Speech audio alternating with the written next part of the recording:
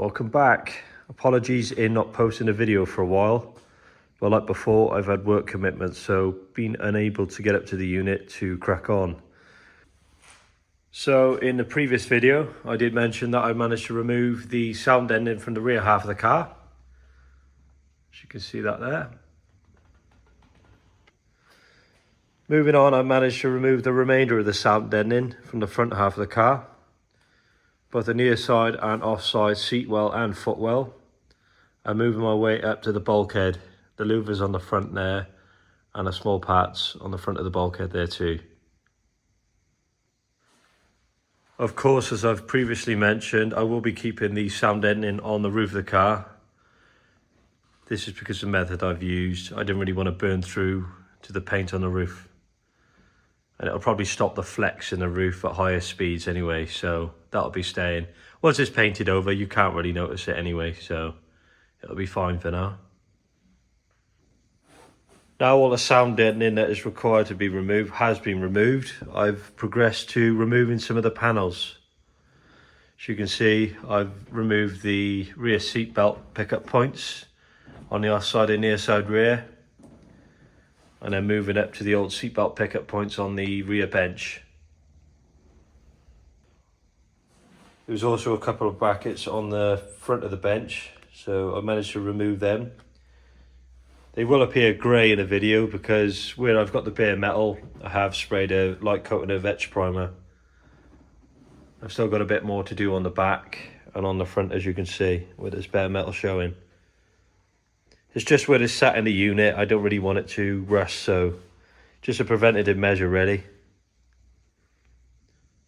So you can see I've left the OEM seat posts in for the time being. The deciding factor on whether these will stay or be removed will be until we mock up Ollie's pedal box. So it will just sit on the front by the bulkhead there, by the louver. When we fit the subframe in Ollie's seat, we'll get his desired seating position, and if he needs to move back, obviously you're governed by the seat post and the position where the subframe's naturally set. So if he does need to go back, we'll remove these and fit the FIA seat posts. So Ollie has opted for an OBP pedal box, very similar to mine. The only thing that differentiates Ollie's pedal box and mine is the master cylinders sit on the front on Ollie's pedal box. So it comes with a heel plate. It's only mocked up roughly for now. You see when I take that off, you can see the master cylinder sat on the front there, whereas mine sit behind. There's of course different benefits to each design. It entirely depends really on their application. So with this design, with the master cylinder sat on the front of the pedal box, it's allowed me to push the pedal box a lot further forward. Very similar really to the OEM pedal box that normally hangs, so the pedals go up, where these, as you push them, they go down.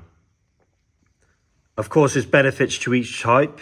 With this type, obviously, it's enabled me to utilize the room a lot better. I'll show you on mine momentarily what I've had to do with mine with the master cylinders behind. I've had to bring them a lot further back, and as a result then it's changed my seating position. So I'm sat near enough right up to the rear bench, where I'm hoping with this design, Ollie will be able to adapt the normal seating position and retain the OMP subframes. So you can see the difference between Ollie's and my pedal box. So my master cylinders sit behind. I've had to fabricate this plate up, heel plate. So as a result, as you can see, my seating position is a lot further back. The back of my seat is near enough touching the rear bench. Because the ST180 is drive-by-wire, I had to have an e-throttle adaptation, because originally this pedal box, when I ran the old Duratec, it was a cable throttle with the ITBs. So to adapt the accelerator pedal from the original cable throttle to the e-throttle, I've just mounted the ST180 pedal on a bracket, just some 6mm plate really, bolted to the back of the frame with the master cylinder set. I have machined a recess in the back of the pedal box accelerator pedal, and then chopped off the original pedal that was on the e-throttle pedal there, and then it just slides up inside there like that. I've used it for the last couple of years now since doing the conversion, and I've never had an issue. And then with the ANT conversion kit then, it just uses the original plug, and then it's quite a bit of flying lead then that goes to the remainder of the loom. Of course, you've got the brake and clutch, so I've just got braided lines and they go up to bulkhead fittings. I did originally run grommets, but I think the bulkhead fittings looks a lot better. So going back to Ollie's pedal box, you can see it's quite a substantial difference. I still really haven't thought into it too much yet, but of course I'm going to have to adapt this the same way. I might have to do it quite differently, to be honest, because this frame here is on the back of mine. So I was able to use that to put a bracket on. So I'll probably have to do this a bit differently, but just another little issue that we can overcome. So when I get into that in more detail, I'll be sure to show you. So in part of the process of removing some of the unwanted interior panels, I have removed the original bracket for the old master cylinder. With running the pedal box, this obviously ain't required anymore. So that's a good saving in of a good kilo or so.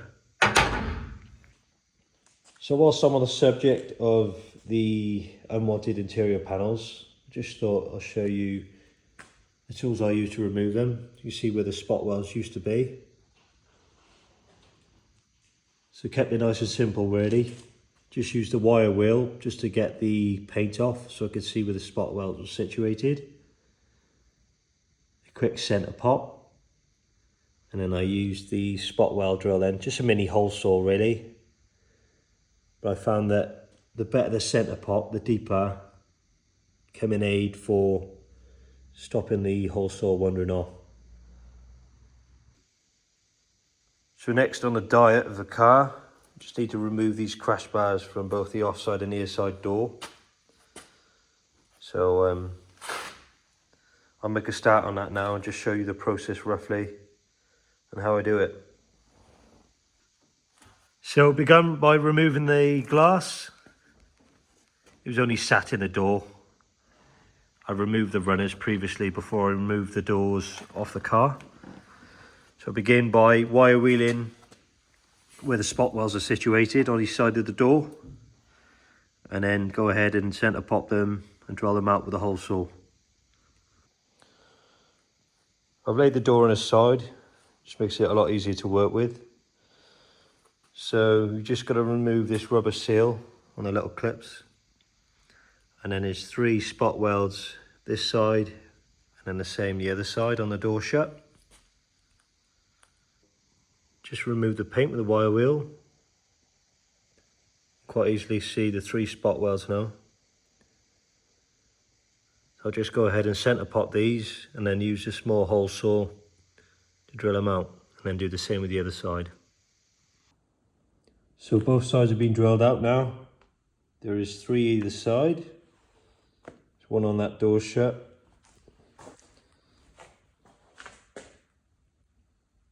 And 3 there. I have had to cut the centre of the crash bar in order to get it out. Doesn't have to be all the way through, just partially the way through. Pull it towards you and it should come out.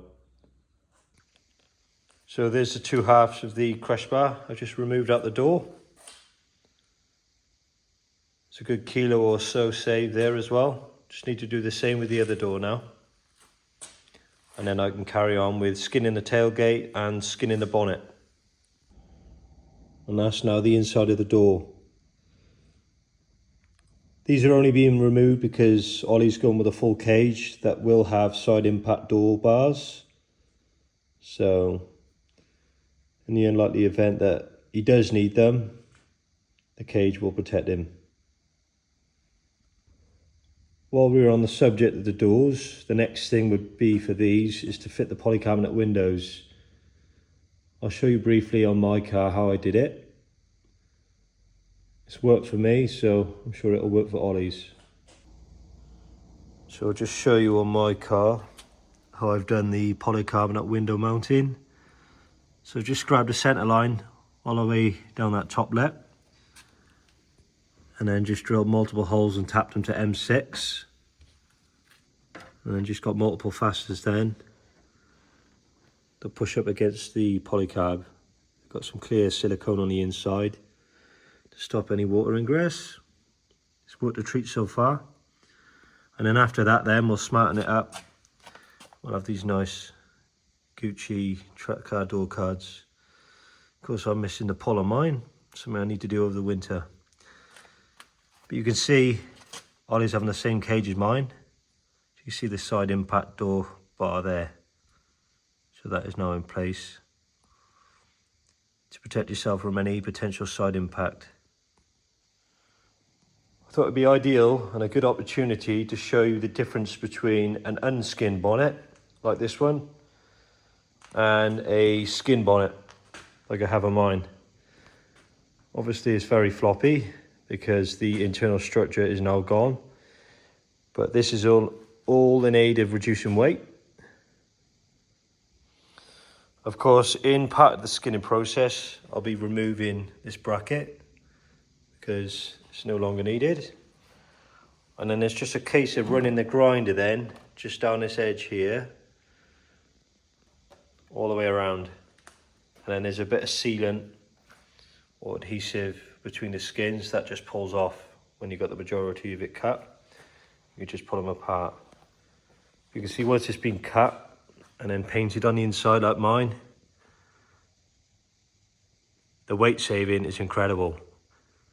I'd put my money on this probably being on par with the composite bonnets that you can get, or if not by a few pounds difference, but for the price difference and a set of slitting discs, it's well worth doing.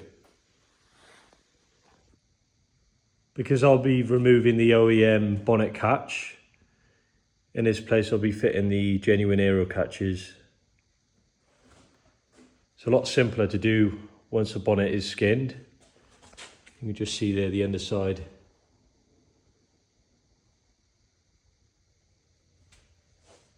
I'll just sit down on the post then. So whilst we're in the vicinity of the bonnet and the engine bay, just thought I'd show you some more small progress made on Ollie's car. So when Ollie bought the shell, it did come with the engine mount already welded in. However, it was only welded on the top. So a good friend of mine, Callum, has kindly welded the underside for me. And it's been cleaned up and etch primed just to stop it oxidizing. I removed a small panel that's not needed on the front there. And then the plan is to get some 1 or 1.5mm steel and then just blank off where the heater matrix used to be, just to close the gap. This is something that is on part of the regs if Ollie wishes to go racing in the future, so it is a requirement. There is a few small tabs and small bits of surface corrosion. There's nothing to worry about. It's just some small tabs that I've removed in various places around the engine bay.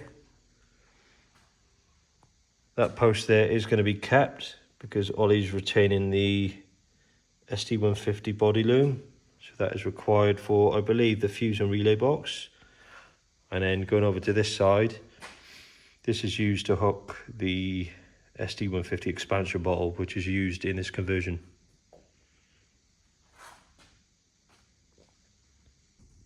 There are a couple more fabrication type jobs that's standing on Ollie's car. The first being drilling out the strut towers with a hole saw, just taking that raised edge off.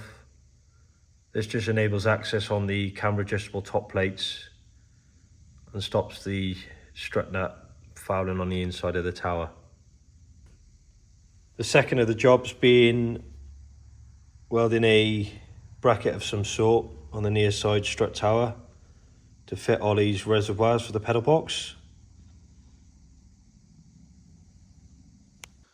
So moving over to my car now, you can see the vision for Ollie's. You can see the suspension strut reinforcement plate. These are fitted on the near side and the off side. On the off side, it just sits beneath the wiper motor bracket. Unfortunately, at the time of fitting mine, the car had already been painted by the time they had arrived, so I was unable to stitch weld them in. They've been okay though. They just need a coat of paint to match the rest of the engine bay. So you can see the reservoirs for the pedal box mounted on the near side strut tower. I'm going to make the bracket for Ollie's a lot better than I've done for mine. Mine's secure, it's just, it could be better. Moving on to Ollie's tailgate. This will be another thing that I'll be cutting a lot of weight out of. I'll just bring you across to my car now, just to show you the vision of what I've got for Ollie's tailgate and how much weight can be saved. So you can see, again, very floppy, but it's all in aid of just that lightness. So I'll just show you the underside now. You see how much I've skinned. And then I've got a rear polycarb fitted, which is another plan for Ollie's. You can see how flimsy it is, but it's not something I really open, to be honest. But the weight saving is incredible. So like I've done with mine, Ollie wants to run the braided brake hoses on the interior of the car. So you can see it running up the centre of the car to the near side rear and the offside rear. I've opted for bulkhead fittings again, like I had with the pedal box hoses. I just think it's a much cleaner look. I know it's another join, but I've never had an issue.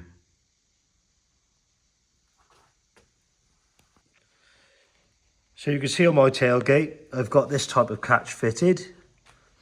It was feasible at the time, but I will be going down the aero catch route in the future. And I will be fitting the aero catches to Ollie's tailgate. They just look a lot cleaner, and I think they're a lot better, to be honest. After having a discussion with Ollie on next steps on the interior of the car, once the cage mounts are fitted, once the cage turns up, hopefully in the next few weeks, we'll be able to get it mock fitted and then back out again, ready for paint. So Ollie's taken a good look inside my car and he likes the scheme that I've got going with it, with the grey and the red contrast. So he'd like a bit of that in his own. So I'll show you what it looks like inside mine now, just to give you a vision. And I'll just give you another quick look, looking from the back of the car forward as well. All the sound deadening removed. So this is the vision for Ollie's. It's easier to show you from the back looking forward. You see a lot more of the shell colour then. But this is in fact Audi Pure Grey. I was originally going to go with Audi Nardo Grey, but Stuart, a good friend of mine who painted the car, he recommended Audi Pure Grey. So it's a lot nicer colour. And I have to say I agree with him. You see it contrasts very nicely with the red cage. I still need to do the rear quarter cars in mine as well. It's another thing to the list. But you can see in mine the cutout for the top of the fuel tank. I've opted to keep my spare wheel well in, mainly for storage if I'm driving it around to track days. Not that I do, but if I ever did, just an ideal little storage location. Well, whilst we're here, I'll just show you where the sound deadening's been painted over on the roof of mine. You can see it doesn't look too bad at all, to be honest. Hence why I wasn't too bothered, and Ollie wasn't too bothered about making the effort to remove it from his, risking damaging the paintwork on the roof. So Ollie's been doing his shopping. He's managed to get hold of this nice aftermarket composite dashboard. I believe he got it from Waz Racing. But you can see the difference between this. It's obviously a lot lighter than the OEM one I've got in mind. But of course we'll have to make it work around the roll cage, which shouldn't be a problem at all. So whilst my car's at the unit, I thought it'd be beneficial just to talk you through some of the engine mods that I'll be doing on Ollie's that I've done to mine, and I can actually show you what I've done on mine. So we'll start off with the vacuum pump. This is no longer required because Ollie's running a pedal box.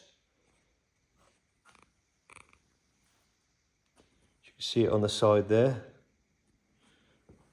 If we go over to mine, you can see the blanket plate fitted.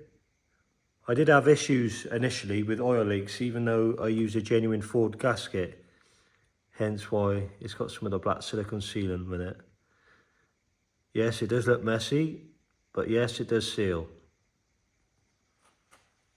Moving on to what is known as the evap system. You can see it's still partly fitted on Ollie's engine at the moment. You see the first port above the throttle body there, the hose coming off it. There is a purge valve there somewhere as well. Something to do with the emissions, I believe, or the fueling. But it's no longer required on this conversion. I don't run it on mine, and I have done for 2 years and never had an issue. So moving on to my engine now. You can see the port above the throttle body is blanked off, and then the other associated pipework is no more. You can also see on mine the intake hose is currently missing because there is a big gap there where the turbo used to be. This is something that's not essential in the swap. I know some people still run it. I know Cal still runs the hoses on his, and he's never had an issue. So you can have it both ways really. You can either remove it or you can keep it. I chose to remove it on mine, and I will be doing so on Ollie's. Moving on to the coolant system now. So you've got a coolant bypass solenoid. I believe this is on the return side. And then you've got one that's situated on the front of the thermostat housing there. So these are still kept on my engine, or partially. You'll see on one of the coolant bypass solenoids on the return side, I fitted a blank. So the guts of the solenoid are now gone, and you've got a blank in its place. So this completely disables the control that the solenoid has over the coolant flow, and just allows it to run freely. So moving on to the front of the engine, you can see the second bypass solenoid. The guts of this have been completely stripped out. I will go into this in a lot more detail when I do this mod on Ollie's, because I'll be able to show you how I've adapted the two into one. That'll make more sense further down the line. While small cars at the unit, I thought it'd be a good idea to show you around some of the kit I've got in the engine bay, and some of the ideas that I'll be carrying across into Ollie's car. Start with the bulkhead.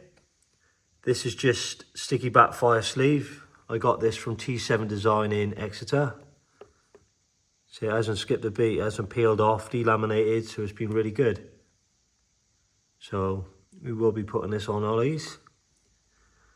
And the sheet does come the perfect height as well, so there's no trimming. I think the length's a little bit longer, I've had to cut it back, but other than that, it's really good. Moving on to the braided brake lines and clutch line. So these go to the reservoirs. You can see they go through the heat-proof sleeve in there. Got a couple of P-clips. Got some clinch nuts then with the bolts in, just to hold it in place. You can imagine with the turbo and manifold and the downpipe there, things get very hot around this area, so it's good to protect your asset. And you see then they come up to the reservoirs, and then one line then goes down to the slave cylinder. This is part of the 1.6 Ecoboost and conversion kit. This is from a bloke called, I believe it's Daniel Antunes. His company's based in Portugal. I know quite a few people are using this kit now. Really good, very cost effective, and it just saves so much trouble with modules, which is the other route you can go down. I know Callum's just chose to go down that route with his now. He did run this conversion kit on his previously, but he's gone down the full Mark 7 route now. And don't get me wrong, the car looks fantastic. I'll have to show you in a later video. But From the outside, it's a Mark 6 ST, and then you get on the inside and you sit in the seat and it's like you're in a Mark 7. So yeah, very strange, but car looks fantastic, so hats off to you, mate. So as most ST150 owners know, the power steering on the car is very much a weak point, especially when you're using it on track. It almost always overheats. In the aid of that, over the years, I've beefed everything up and added more adequate cooling. So I'll just show you through that quickly now. On the steering rack itself, I've got a couple of AN fittings with adapters. I got these from Fabrication, so Ollie's going to be doing the same on his. You've just got the steel overbraid AN hoses. They're -6. Got the high pressure side and the low pressure return. So the low pressure return goes through a front mount cooler there. I believe it's a 235mm by, I don't know how many row that is, but you can get the idea. And they're -6. And then that goes to the reservoir. So the reservoir is made by OBP. It's made with another company called, I think it's KED Engineering or something like that. But it's primarily a replacement for, I believe it's an E36 or an E46. So you've got the -10 feed that goes straight down to the pump. And then you've got the -6 return from the cooler. There's one thing to note with the power steering, especially when you go and get it to this stage. I have seen some lizards in the past that'll put the cooler on the high pressure side and then wonder why it's blowing holes in the cooler. So anyone that does wish to run a cooler, it's imperative that it does go on the low pressure return side. With this swap, you can retain the use of the ST150 expansion bottle. I've managed to salvage the majority of the Duratec hoses to use on the Ecoboost. There's a few that I've had to chop and maneuver around to get to work, but for the past 2 years, you haven't skipped a beat. You should note that this particular coolant hose runs down to the turbo. Most people know it as the turbo coolant return hose. A lot of people like to run a cooler on this line. You can run it in series. I know there's a lot of kits out on the market at the moment. The most favourable one I've seen is one made by Lewis of GM Auto Care. His kit is primarily designed for the Mark 7 platform. It sits nicely under the offside headlight. It's probably something that I could incorporate into the Mark 6. I could probably find room for it somewhere, whether it could go on the near side. But it'd be probably best to keep it on the offside, like the kit's designed to do. And then moving on finally to the big boost pipe kit. Ollie's gone with the AirTech, I believe, to match the AirTech intercooler. This is the AirTech Stage 3. It's double height. It's quite a big boy, but it's just future-proofing the car if you ever did want to go onto a bigger turbo. So to summarise really, it's just a bit more to do on the interior of Ollie's car until the cage arrives. And then it's just getting that mock fitted up. And then we can move on to the engine. I'll try and do a separate video on that for you. But other than that, thanks for watching. I'll see you in the next one. Cheers.